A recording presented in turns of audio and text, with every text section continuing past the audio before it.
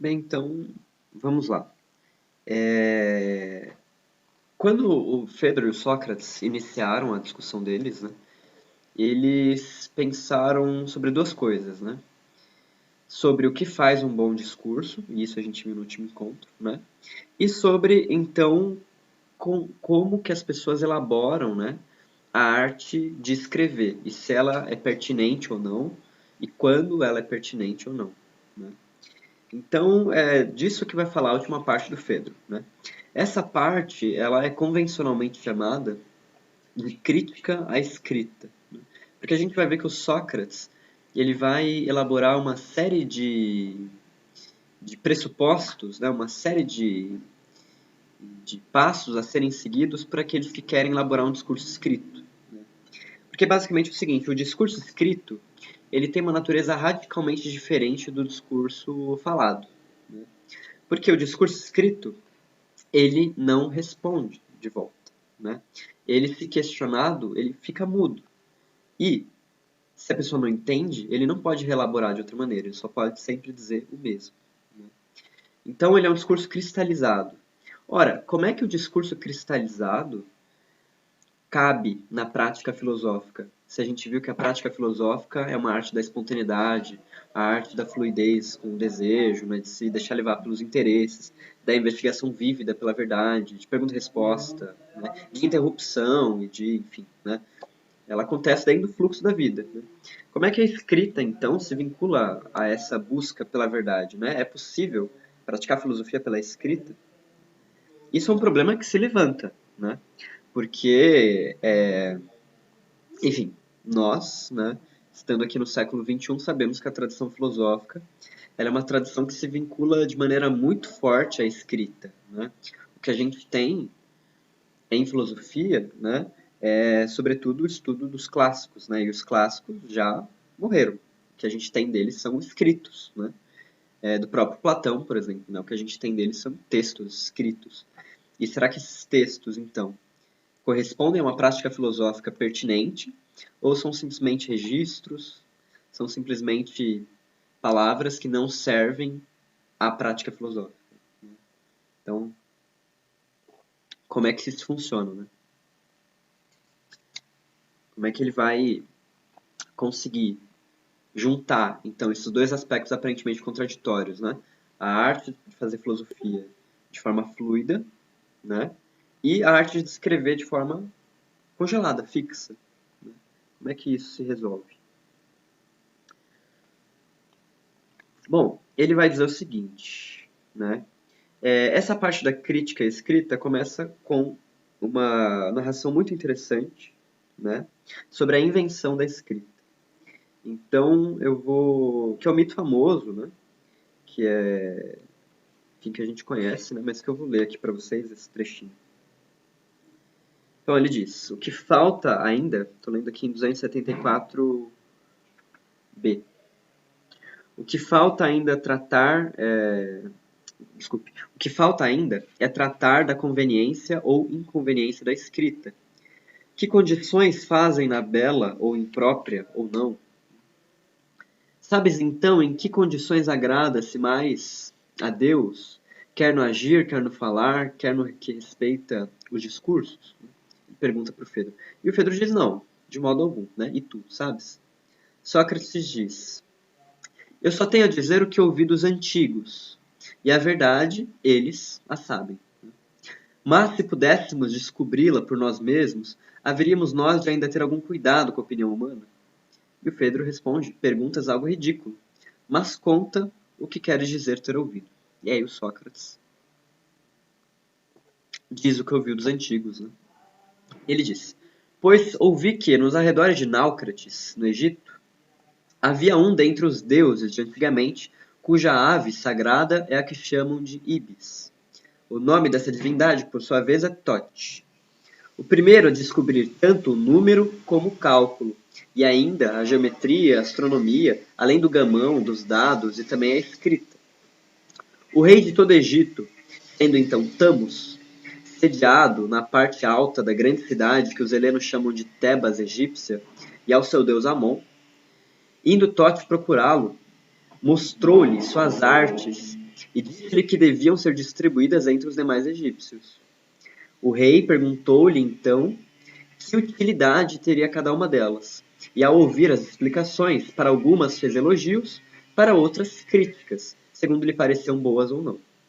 Dizem que muito foi o que Tamos manifestou a Thoth acerca de cada uma das artes em ambos os sentidos. E discorrer sobre tudo seria de fato alongar demais a história. Mas, quando chegou a vez da escrita, Thoth disse: Esta é uma instrução, ó rei, que fará os egípcios mais sábios e de melhor memória, pois foi descoberta como uma droga para a memória e sabedoria. E Thoth respondeu. Desculpe, né? O rei Tamos respondeu. Engenhoso Thoth, um é aquele capaz de engendrar as artes, mas outro o que julga qual lote de dano e utilidade trará a quem delas se servir. E tu, sendo pai da escrita, e por querer-lhe bem, dizes agora o contrário do poder que ela tem. Pois, por descuidar da memória, a escrita produzirá esquecimento nas almas dos que se instruírem, posto que por uma persuasão exterior e pela ação de sinais estranhos, e não mais do interior de si e por si mesmos, recordarão. Portanto, descobriste uma droga não para a memória, mas para as recordações. E aos que receberem essa instrução, concedes uma aparente e não verdadeira sabedoria. Pois graças a ti vão ouvir falar de muitas coisas que não aprenderam e serão aparentemente sabidos em tudo, quando ignoram a maior parte. E ainda de convívio difícil, feitos sábios em aparências e não em saberes. Tudo bem? Então esse é um mito muito importante sobre o qual o Platão vai tratar a crítica à escrita, né? Basicamente, né, resumindo o mito, o Thoth, quando cria a escrita, ele acha que a escrita ela vai ser uma bênção para a memória, né, porque vai facilitar que as pessoas se lembrem das coisas, né? Detalhe que aqui a escrita ela é aludida como uma técnica, né, a qual as pessoas são iniciadas, o que é conveniente, né? Porque como nós todos fomos alfabetizados na infância, né, por vezes a gente esquece que a escrita é um aprendizado e uma prática que tem ali as suas regras, né, o seu jeito de funcionar, tá bom? Mas não é uma arte, é uma técnica que se desenvolve. E bom, basicamente, então, o Thamus, né, que é o faraó, né, o rei ali do Egito, né? Lembrando que os egípcios consideravam o seu rei, né, como também uma divindade, né? Então, por isso que ele fala de igual para igual, né, com Thoth. Ele diz que, ao contrário, né, a escrita vai produzir esquecimento nas almas daqueles que se iniciam nessa técnica. Né? Por quê? Porque eles vão aprender alguma coisa, eles vão aprender uma ideia não por dentro, não através de dentro, mas por fora. O que está por trás dessa ideia a gente vai ver mais para frente. Né? O Platão ele fala de maneira muito, muito breve aqui, mas é como se, durante o processo filosófico, a gente necessitasse de um certo tempo interior para o aprendizado de certas ideias. Né? Como se a gente necessitasse de uma elaboração interior própria, autônoma, né? Individual de tal ideia, de tal compreensão do mundo. E se essa compreensão do mundo não passa por essa esfera individual, íntima, né, a gente não compreende. É como se a nossa compreensão do mundo fosse sempre permeada, né, pelas nossas próprias impressões, pelo nosso próprio desejo e tal. Cada um, então, tem uma compreensão do mundo diferente, né, porque somos diferentes. É meio que isso está por trás também. Né? Pode entrar, filho. E aí, a segunda parte disso. Né? Então, aposto por uma persuasão exterior e pela ação de sinais estranhos, e não mais do interior de si, por si recordarão. Então, as pessoas vão ter que utilizar a escrita para se lembrar de coisas, né, como um recurso externo. Então, por exemplo, aqui, o livro. Né?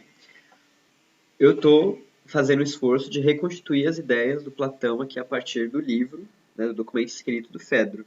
Tudo bem? Isso, para o Platão, não é filosofia. O que a gente está fazendo é só ler e tentar entender o texto. Né? De fato, filosofia é o que a gente vai fazer quando a gente conversa no café sobre essas ideias. Né? Mas qual que é o ponto? Eu preciso usar esse instrumento para me recordar do texto. Né? Eu não tenho o texto do Fedro inscrito em mim. Eu posso talvez ter o desenrolar das ideias, tá? A minha própria compreensão sobre esses problemas, essas ideias. Né? Mas não tenho como estar no texto. O texto ele cristaliza de uma forma que a gente precisa passar por ele. Né? Enfim, as pessoas então inseridas nessa prática da leitura e da apreensão de ideias por meio da escrita, né, vão, além de tudo, absorver muita informação. Muito mais informação do que talvez elas precisariam mesmo, né, para compreender tal ideia. E por absorverem muito mais informação do que elas precisam, elas vão ser aparentemente sábias. Mas, como elas não têm essa compreensão interna da ideia, elas não serão de fato sábias. Né? Elas vão ter muita informação, muito repertório, muita, né? Mas dificilmente vão conseguir viver essas ideias, né? Porque elas sempre vão precisar do intermédio da escrita, do texto, para acessar essas ideias dentro delas. É como se o filósofo, né, fosse aquele que só é filósofo quando está ali sentado na cadeira, abre o livro e começa ali a estudar, aprender e falar. Depois, que ele não tem mais esse recurso, ele por ele mesmo não consegue fazer nada. Em outras palavras, a forma acadêmica de filosofia. É isso, a gente poderia falar brevemente. Né? Sim. Né? Sim.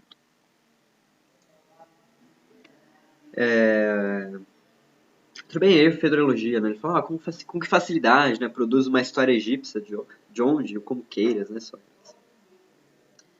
E aí ele diz, olha que interessante essa parte, né? Aqui não faz mais parte do mito, né? Mas complementa a ideia central do mito, né? Então depois que o Fedro faz esse elogio, né? O Sócrates diz, né? Dizem, meu caro, no templo sagrado de Zeus, em Dódona, que os primeiros discursos proféticos vieram de um carvalho. E aos homens de outrora, que não eram sábios como vós, os jovens, na sua simplicidade, bastava ouvir um carvalho ou uma rocha, contanto que lhes fosse dito somente a verdade. Isso também, aqui está uma ideia muito interessante também. Né? E ele continua, né? Vou falar. Mas a ti, né, talvez importe de quem fala e de que país vem, pois não investiga somente se é deste ou daquele ou de outro modo. Né? Então, pela pessoa, né, levar em conta mais a forma do discurso, que é o que a retórica faz, né? Ela embeleza a forma do discurso, tem um apreço pela forma do discurso, mas o conteúdo mesmo é meio deixado de lado. Né? Se é verdade o que está sendo dito, por exemplo, é meio que deixado de lado. Né? Aqui o que acontece, né? O Sócrates ele disse que para os homens de antigamente não importa quem emitisse a mensagem, se fosse um carvalho, uma pessoa, pedra, né? Se fosse dita a verdade era o suficiente, né? Mas agora o que o Sócrates, a crítica que o Sócrates faz ao Fedro é a seguinte, né? Que não basta a verdade, na verdade não é suficiente, não é nem talvez desejável, né? Mas é desejável o quê? Saber de quem fala, quem está falando, de que país vem, o contexto particular daquela pessoa, né? E não a verdade objetiva da qual ela está tratando. E aí o Pedro diz, mereço tua reprimenda, né? E quanto aos textos escritos, parece-me que se dá precisamente o que diz o tebano, né? O tebano o faraó, cara. E o Sócrates responde, portanto, quem pretende deixar para trás uma arte na escrita, e por sua vez, quem a recebe como se viesse dos escritos algo certo e firme, estaria pleno de muita simplicidade e também ignoraria a profecia de Amon, ao pretender que os discursos escritos sejam algo além de um meio de recordar para quem já sabe aquilo de que trata o escrito. Então aqui é a ideia central da crítica à escrita, né? Que o Sócrates vai desenvolver também posteriormente. Eu vou passar lendo com vocês porque são 2 páginas, bem curtinho. Mas, basicamente, então, aquele que lê o texto escrito e crê que ali está encontrando ideias objetivas, verdades dogmáticas, né? Um percurso estabelecido do pensamento e tal, está ignorando, né, o fato de que o texto não é exatamente filosofia. Ele é uma forma fixada de alguém expor um conhecimento sobre alguma coisa. A filosofia não é isso. Né? A filosofia é a prática de investigação. Né? E aí, então, para que serve a escrita? O Sócrates vai dizer.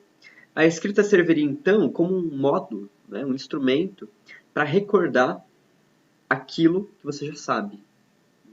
Então, eu investiguei, tive uma discussão, uma conversa filosófica e tal, e a gente conversou sobre a natureza da alma, e eu depois li o Fedro. Né? É como se, a partir então do Fedro, eu não redescobrisse, né? Não, agora eu sei a natureza da alma, né? Agora, mas eu relembrei a conversa e os processos que eu fiz, que eu elaborei, para chegar na natureza da alma. Dá pra... Seria um testamento. Não, é simplesmente uma forma de relembrar. Né?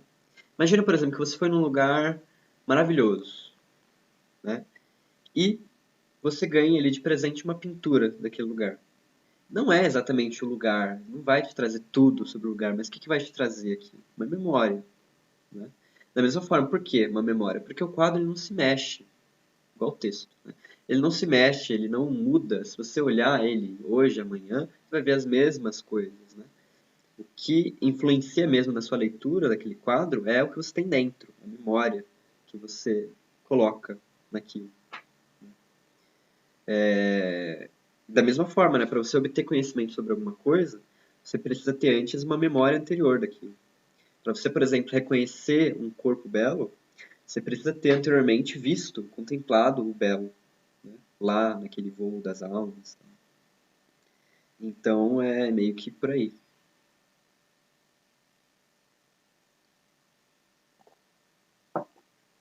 Certíssimo, né, o Fedro diz. E aí Sócrates diz. Pois há algo de terrível na escrita. Aqui terrível em grego é deinon. Deinon tem sentidos bem abrangentes, né? Pode ser terrível, pode ser habilidoso, pode ser primoroso, né? É como se fosse algo espetacular, né? Mas ao mesmo tempo não exatamente positivo ou negativo. É um terrível meio de terrível assim. Sei lá, não tô sabendo explicar, mas é um terrível, né? É um terrível. Pois há algo de terrível na escrita, Fedro, e que se assemelha realmente à pintura, pois os produtos desta estão postos como seres vivos, mas ao interrogá-los sobre algo, mantém-se em silêncio solene. Então, olha que interessante, né? Não é mérito meu, né? Mas como eu já li o Fedro, olha que como as coisas são, né? Eu usei o exemplo da pintura, porque dentro de mim isso é natural no desenrolar da ideia do Fedro, né? Pro Peter. Eu não lembrava que estava no texto logo em seguida. É como se, de alguma forma, eu simplesmente, lendo aqui o texto, eu relembrasse como esse processo ocorreu em mim, né? A leitura do Fedro. Eu não estou utilizando o texto como uma escada para subir com vocês e estou me apoiando aqui no texto. Sabe? A gente está só passando e discutindo as ideias. Né? Então, enfim, aconteceu. Né? Então, ó, pois os produtos desta, né, da pintura, estão colocados como seres vivos, mas ao interrogá-los sobre algo, mantém-se em silêncio solene. Né? Imagina uma pintura, mais realista que seja, né? Se você se dirige à pintura, se você pergunta alguma coisa, tenta se relacionar com a pintura, silêncio, frio. E o mesmo se dá com os discursos. Parecerá a ti que falam pensando por si mesmos, mas ao interrogá-los, querendo aprender sobre o que quer que tenham dito, indicam sempre uma única coisa. Por mais que você leia o texto de formas repetidas, o texto vai sempre dizer a mesma coisa para você. Né? E é assim que é um discurso.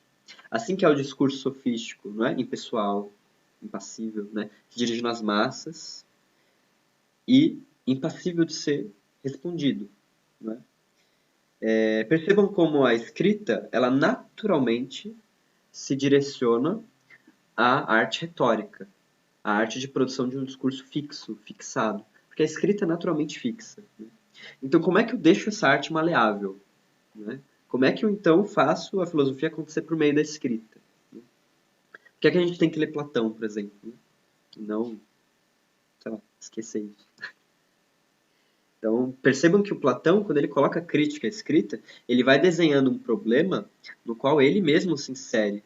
Porque, pô, Platão escreveu uma vasta obra. Como é que ele faz essas críticas à escrita? Né? A gente não pode entender de um jeito simples, né? Ele está fazendo a crítica à escrita por meio de um texto escrito, né? E é meio maluco de se pensar assim, né? É meio paradoxal, mas é isso mesmo, né? Indicam sempre uma única e mesma coisa. E uma vez escrito, todo o discurso roda por toda parte do mesmo modo, entre os que os compreendem bem, como entre aqueles aos quais não convém. Então, o discurso, você não sabe na mão de quem vai parar. Pode parar na mão de alguém que vai, nossa, se fascinar com o discurso. Pode parar na mão de quem não precisava ter ouvido aquilo, com quem não estava preparado para ouvir aquilo, né? Com quem não estava afim. Ao contrário de um discurso íntimo, né? Que você só direciona, você personaliza o discurso. Agora, esse discurso pronto, você não sabe onde vai parar. Né? E esses discursos escritos não sabem com quem devem ou não falar. Né? Então. E quando sofrem ofensas e insultos, injustamente, sempre precisa da ajuda do seu pai, ou seja, de quem fez o discurso, pois ele próprio não é capaz de se defender nem ajudar a si mesmo. Então, o discurso, quando ele é questionado, quando ele encontra um problema intrínseco aqui na estrutura dele, ele mesmo não tem como articular, ele não tem como se defender, o Platão coloca. Ele vai precisar que o seu pai, né, o seu produtor, seu criador, elabore um outro discurso, uma resposta, uma correção, algo assim. Né? E o Fedro diz, tudo o que disseste está certíssimo. E aí o Sócrates pressiona um pouco mais. Né? E então, vamos ver outro discurso. Irmão legítimo deste. De que modo nasce e quão melhor e mais capaz do que este seria por natureza. Tá? E aí Fedro pergunta, né, então, qual que é esse discurso gêmeo da escrita que ele está colocando. Né? Platão então vai dizer, olha, que há dois tipos de arte escrita. Né? Essa que a gente viu, congelada, impessoalizada, incapaz de se defender, e uma outra. Né? Qual que é a outra? O Fedro pergunta. Aquele que é escrito junto com conhecimento na alma de quem aprende, e é capaz de defender a si próprio, sabendo diante de quem deve falar e calar. Olha que interessante. Como é que se faz isso, então? Né? Como é que você faz um discurso fixo, escrito, saber a quem deve se dirigir? Como se as páginas dos livros só se abrissem para quem estivesse preparado. Né? Será que tem algo assim? E o discurso, além de tudo, ele defende a si próprio, ele responde o interlocutor. Ele é capaz de solucionar problemas internos, como se o texto, né? Aqui o Fedro continua, né? Não vou dar spoiler, mas o Fedro diz, ó, falas do discurso de quem sabe, vivo e dotado de alma, e do qual se poderia dizer que o escrito é uma imagem. Né? Então ele diz, olha, esse discurso, né? Ele na verdade está vivo, né? E Sócrates diz, exatamente. Diz-me então o seguinte, ele vai colocar vários exemplos, eu vou passar rapidamente por esses exemplos. Tá? Diz-me então o seguinte, o lavrador inteligente, que cuida das sementes e quer torná-las fecundas, lavraria a sério em pleno verão o jardim de Adonis, alegrando-se ao vê-las belas e a germinar em 8 dias? Ou executaria essas coisas por ocasião de uma festividade, divertimento, se é que as faz? E, em relação às quem procedeu com seriedade e manejar a arte da lavoura e semeando-as onde convém, não estaria satisfeito em 8 meses, quando tudo que foi semeado chegar a um bom fim? E aí o Fedro concorda, ele diz, olha, é assim como dizes que ele faria, Sócrates, sem dúvida. Umas a sério e outras não. Então, basicamente o que ele vai fazer é a distinção entre o conhecimento. Né? E quem dispõe de conhecimento acerca do justo, do belo e do bom, diríamos que tem inteligência inferior à do lavrador quanto às próprias sementes? E o Fedro diz, é bem pouco provável. Ora, não as escreveria em água a sério, semeando-as com tinta por meio de uma pena, junto com discursos incapazes tanto de ajudar a si mesmos pela palavra, como de ensinar adequadamente a verdade. De fato, não é provável. Então, o que o Sócrates fez é algo muito sério, né? De que aquele que sabe o que está fazendo, né? Ele dificilmente vai escrever algo à toa, né? Vai, sei lá, elaborar um discurso que não reflita essa verdade, né? Assim como um lavrador não desperdiça o seu tempo lavrando as sementes, né? Aquele que conhece acerca de um assunto não vai perder tempo falando bobagem sobre esse assunto, né? E o Pedro concorda, né? De fato, não é provável. Sócrates diz, não mesmo. No jardim de letras, semeia e escreve então por graça de um divertimento, ao que parece, quando escreve formando para si mesmo um tesouro de lembretes para a velhice de esquecimento se lá chegar, e para todo aquele que persiga a mesma pegada, e terá prazer de ver esses jardins delicados crescendo. Então a escrita, para aquele que sabe o assunto, ela vai ser um divertimento. Por quê? Porque ele não precisa exatamente daquilo, né? Ele elabora a escrita como você escreve um diário, um lembrete, né? Ele não elabora a escrita como uma tentativa de formular e expor aquele conhecimento. Por quê? Porque ele reconhece que a escrita, engessada do jeito que é insuficiente para elaborar um discurso filosófico completo. A escrita, ela é como se fosse uma terra infértil para os discursos, né? De forma que aquele que elabora, aquele que faz o discurso, né? Aquele que faz, que sabe do assunto e escreve, vai escrever meio que para si mesmo, para sua memória. Enquanto outros, levados a beberem em simpósios e quantas outras situações diferentes e irmãs dessa houver, empreendem outros divertimentos. Ele, em vez disso, passará então o tempo divertindo-se, ao que parece, com aquilo que lhe falei, que te falei. E aí o Fedro diz, né, fala de um belíssimo divertimento comparado a outro trivial, Sócrates, o de quem é capaz de se divertir com discursos, contando histórias sobre a justiça e outras coisas de que fala. Pois é assim, meu caro Fedro, mas suponho ser muito mais bela ainda a seriedade que surge disso tudo, quando alguém, empreendendo a arte da dialética e alcançando uma alma conveniente, planta e semeia discursos com ciência, que são competentes em ajudar a si mesmos e a quem os plantou, e longe de infrutíferos, dotados de sementes da qual crescem outros discursos competentes em transmiti-la sempre imortal, fazendo feliz e à altura do possível para um ser humano de quem dela dispõe. Tá? Então, ainda mais belo, Sócrates vai dizendo, do que essa arte de plantar discursos para si mesmo, para a memória, né? É aquele que, através da dialética, né? E ele diz, né, alcançando uma alma conveniente. A gente não sabe exatamente se é se dirigindo a alguém ou se é trabalhando essa alma interna, né? Mas ele então planta e semeia discursos, né? E esses discursos que ele semeia, que ele escreve, eles vão ser competentes para ajudar a si mesmos e a quem os plantou, né?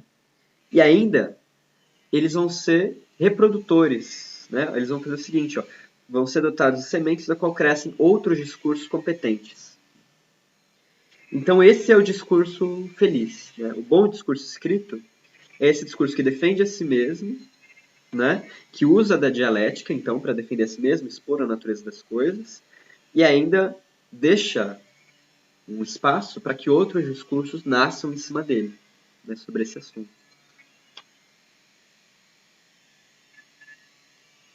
Então, aquilo de que tratávamos, querendo examinar, nos trouxe em direção a isso. Ou seja, sobre a pertinência ou não da escrita. Né? Como passar em revista a reprimenda de Lísias quanto à escrita e aos próprios discursos, que podem ser escritos com arte ou sem arte, e parece-me então ter ficado suficientemente claro em que consiste ter ou não ter arte. Então, ó, aqui eles estão dizendo o seguinte, olha, então, se a arte da escrita é boa ou ruim, pertinente ou não, e quando ela é boa ou ruim. Aqui eles disseram quando ela é boa e quando ela é ruim. O que faz, então, né, de uma arte escrita boa e de uma arte escrita ruim. O Fedro vai pedir então para que ele relembre, né, para que Sócrates relembre o Fedro sobre esse percurso que eles fizeram, e o que o Sócrates vai dizer é muito interessante para a gente fazer esse fechamento, então, né, sobre o que afinal de contas é essa escrita. Antes que alguém saiba a verdade a respeito de cada coisa que fala ou escreve, e torne-se capaz de definir em si mesma toda e qualquer coisa, e uma vez definida, que saiba cortá-la novamente, segundo formas até alcançar o indivisível, e tendo chegado do mesmo modo a discernir a natureza da alma, descobrindo a forma de discurso adequado a cada natureza, componha e ordene assim o discurso, oferecendo a alma variegada, discurso variado, e em tudo harmonizado a ela, e discurso simples a alma simples. Antes disso, ele não será capaz de manejar com arte o gênero dos discursos e a altura do que concede a natureza, nem em vista de ensinar, nem em vista de persuadir alguém, como o argumento anterior inteiro deixou claro para nós. Então, se vocês quiserem, esse parágrafozinho, né, que está em 277c, é o resumo de tudo aquilo que eles conversaram nessa segunda parte do diálogo Fedro. Tá? Aqui em um parágrafo, Sócrates ele resume tudo, tudo bem? Então, o Fedro vai dizer, né, exatamente foi assim mesmo que se revelou. Sócrates vai continuar. E o que dizer a propósito de ser belo ou vergonhoso proferir e escrever discursos? E em que circunstâncias seria possível fazer-lhe com justiça, ou não, alguma reprimenda? Acaso não estaria claro pelas coisas que foram ditas há pouco? Ou seja, que se Lísias ou qualquer outro alguma vez escreveu ou vier a escrever, seja em privado ou em público, propostas de leis, escrevendo um tratado político, e se considera que há nisso algo de grande certeza e clareza, a quem escrever deste modo caberá uma reprimenda, quer seja feita ou não. É que ignorar em vigília ou em sonho as coisas justas e injustas, más e boas, jamais escapará de ser um alvo de censura, mesmo que a multidão inteira o admire. Então ele vai dizer, olha, a real reprimenda que se faz a um discurso é se ele carece de verdade. Né? Ainda que ele seja louvado, que seja um discurso preficiente, persuasivo e tal, se ele carecer de verdade, não importa, né, que a multidão inteira o admire, ele vai sempre ser um alvo de censura. Bem, ignorar em vigília ou em sonho as coisas justas, injustas, mais boas, jamais escapará de ser um alvo de censura. Pedro vai concordar, e o Sócrates vai ainda continuar a exposição nesse último parágrafo aqui da crítica escrita, né? Ele vai dizer: quem considera que há necessariamente muito de diversão em um discurso escrito sobre qualquer tema, que nenhum discurso em verso ou prosa digno de muita seriedade jamais foi escrito ou mesmo proferido como os de Rapsodos, proferidos para persuadir sem exame ou ensinamento, e que o melhor deles venha a ser realmente um meio de recordar para quem sabe. E que clareza e perfeição digna de seriedade, por outro lado, existem somente nos que tratam do que é justo, belo e bom, ensinados e proferidos graças à instrução e realmente escritos na alma, e que tais discursos devem ser tratados como se fossem seus filhos legítimos. Primeiro o que está nele, e se lá for descoberto. Depois, qualquer rebento irmão desse que ao mesmo tempo tenha crescido em outras almas de outros indivíduos e de acordo com o seu mérito, e que se deve dar a Deus a todos os demais. Eis sem dúvida o homem, Fedro, cuja natureza é tal como aquela que eu e tu fizemos o voto de nos tornar. Então eles aqui estão se referindo àquele amante, né, que se espelha, que é ao sal divino.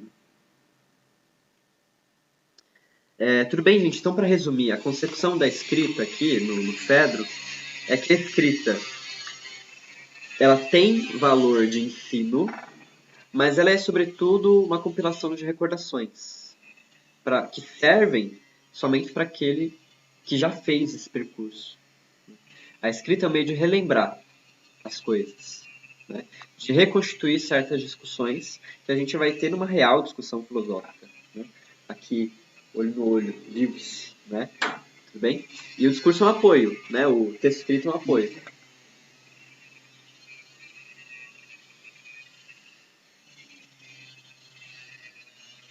Essa última parte do Fedro é muito interessante. Ela faz um fechamento e ela dialoga simbolicamente com todos os passos ali que a gente viu, né? Com o prólogo, eles caminhando, né, até ao redor, ali, né, na margem do rio Ilício, eles, né, a palinódia do Sócrates, o primeiro discurso do Lísias, depois o discurso do Sócrates, né, a palinódia, e essa parte, ela dialoga simbolicamente com vários pontinhos, né, que aparecem. Né? Basicamente, o Sócrates ele vai fazer um voto, né, a Pan, né, ele vai se despedir do Fedro, né, eles vão se despedir do lugar, né, aliás, e voltar para a cidade.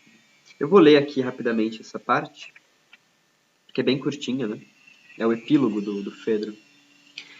Então ele diz: Pois bem, ao tratar de discursos, já nos divertimos em justa medida. Agora tu vais contar a Lísias que nós duas descemos a fonte ao santuário das ninfas e ouvimos discursos que nos encarregaram de lhe dizer. A Lísias e qualquer outro que componha discursos, a Homero e todo aquele que tenha composto poesia simples ou encanto, e em terceiro a Solon e a quantos mais escreveram composições em discursos políticos, chamando-os de leis. Se algum deles compôs esse discurso, sabendo em que consiste a verdade, e se é capaz de prestar-lhe ajuda quando vai ser refutado naquilo que trata, e diz ser ele mesmo capaz de mostrar quão pequeno é o valor do que está escrito, tal homem não deveria receber um nome derivado de tais composições, mas de tudo aquilo que tomou a sério. Então, seja, esses textos contendo a verdade, eles são mesmo assim uma parte, né, de tudo aquilo que esses seres humanos sabem. Né? E ele diz, qual o nome que se deve convencionar para eles, então, né, para aquele que escreve o discurso com verdade? Sócrates diz, chamá-lo de sábio, Fedro. A mim ao menos parece ser um exagero e convir somente a um Deus. Mas, de filósofo ou algo assim, seria mais adequado a ele, além de soar melhor. Então, aquele compõe o discurso verdadeiro, por mais que esteja dizendo a verdade, o Sócrates vai dizer que ele não merece o nome de sábio, né? Sábio é um título dado somente aos deuses, mas filósofo é adequado. Ou algo assim. E soa melhor, ele diz, além de soar melhor. Pois bem, por outro lado, quem não tiver algo mais honrado do que aquilo que compôs ou escreveu, e que o revira de cima e baixo ao longo do tempo, a colar e separar um aspecto do outro, não estaria certo e justo referir-se a ele como poeta, compositor de discursos ou autor de leis? Pedro vai dizer perfeitamente, né? Então aquele que compõe um discurso, que não alcança a verdade, mas é um discurso construído ao longo do tempo, aperfeiçoado, retalhado, construído em minúcias, né? Esse refere ao nome, né, de acordo com o discurso que ele compõe, o nome adequado. Poeta, autor de leis e tal.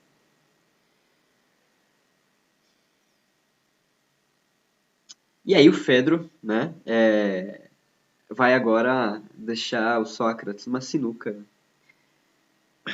Ele diz o seguinte, né, o Sócrates diz pro Fedro, então você vai falar para Lísias, né, falar o que eu te falei sobre isso, sobre os discursos, né.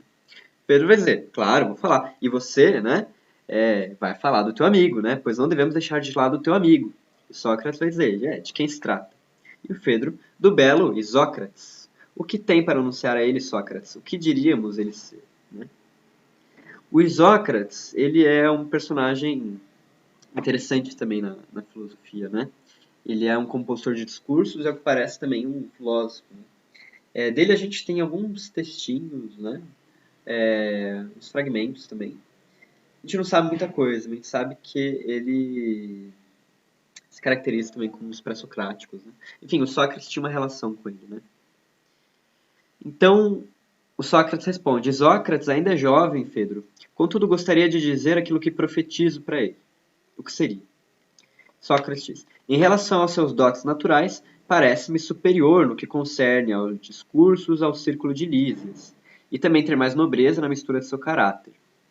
Assim, não seria de se admirar com o passar dos anos e acerca dos discursos a que por ora ele se dedica, que ele viesse a se distinguir ainda mais daqueles a quem o acaso até agora colocou nas mãos em discursos como que de crianças.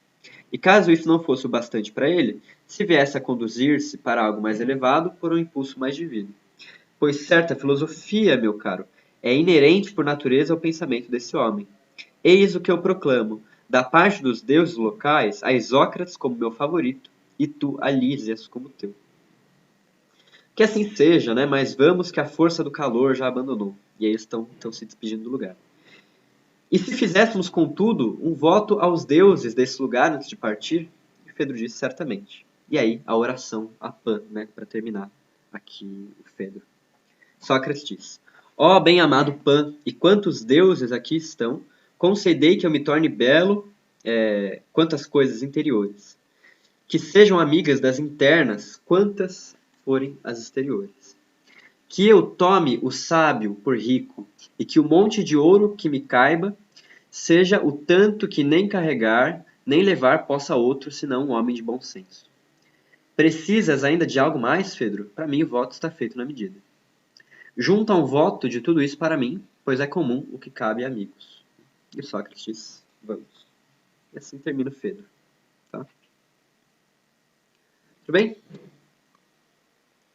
Então é isso, né? O Fedro é um diálogo muito interessante, tem muita coisa para falar, para estudar. Muita coisa a ser suscitada, né? Porque como Platão diz, né?